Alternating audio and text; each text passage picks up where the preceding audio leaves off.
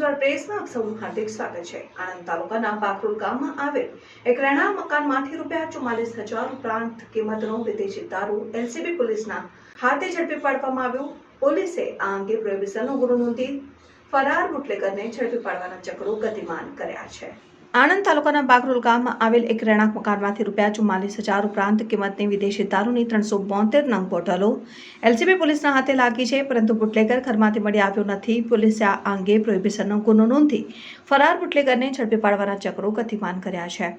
આણંદ તાલુકાના બાકરોલ ગામમાં આવેલ પુરુષોત્તમ નગર સોસાયટીમાં રહેતા અને અગાઉ પ્રોહિબિશનના ગુનામાં પકડાયેલા ફિરોઝ ખાન નસરુદ્દીન શેખે પોતાની સોસાયટીની બાજુમાં રાજાનગર ખાતે એક મકાન વેચાણ રાખેલ છે, તેમાં વિદેશી દારૂનો જથ્થો સંતાડી રાખ્યો હોવાની બાતમી આણંદ એલસીબી પોલીસને મળી હતી, જેથી પોલીસની ટીમે તુરંત જ બાતમી મુજબના મકાનમાં દરોડા પાડ્યા હતા અને તે વખતે મકાનમાં કોઈ હાજર ન હતું। પ્રાથમિક દ્રષ્ટિએ મકાનમાં રિનોવેશનની કામગીરી ચાલતી હોવાનું જણાઈ આવ્યું હતું, જેથી પ્રોહિબિશન કલમ 120B મુજબનો ઠરાવ કરી મકાનમાં અંદર જઈને તલાશી લીધી હતી। દરમિયાન મકાનની અંદર એક રૂમમાં છાજલી ઉપરથી બનાવટની વિદેશી દારૂની 372 નંગ બોટલો મળી આવી હતી। પોલીસે આ વિદેશી દારૂનો જથ્થો કિંમત ₹44,400નો મુદ્દામાલ જપ્ત કર્યો છે અને દારૂનો વેપલો કરતા બુટલેગર ફિરોઝ ખાન નસરુદ્દીન શેખ વિરુદ્ધ પ્રોહિબિશનનો ગુનો નોંધી કાયદેસરની કાર્યવાહી હાથ ધરી।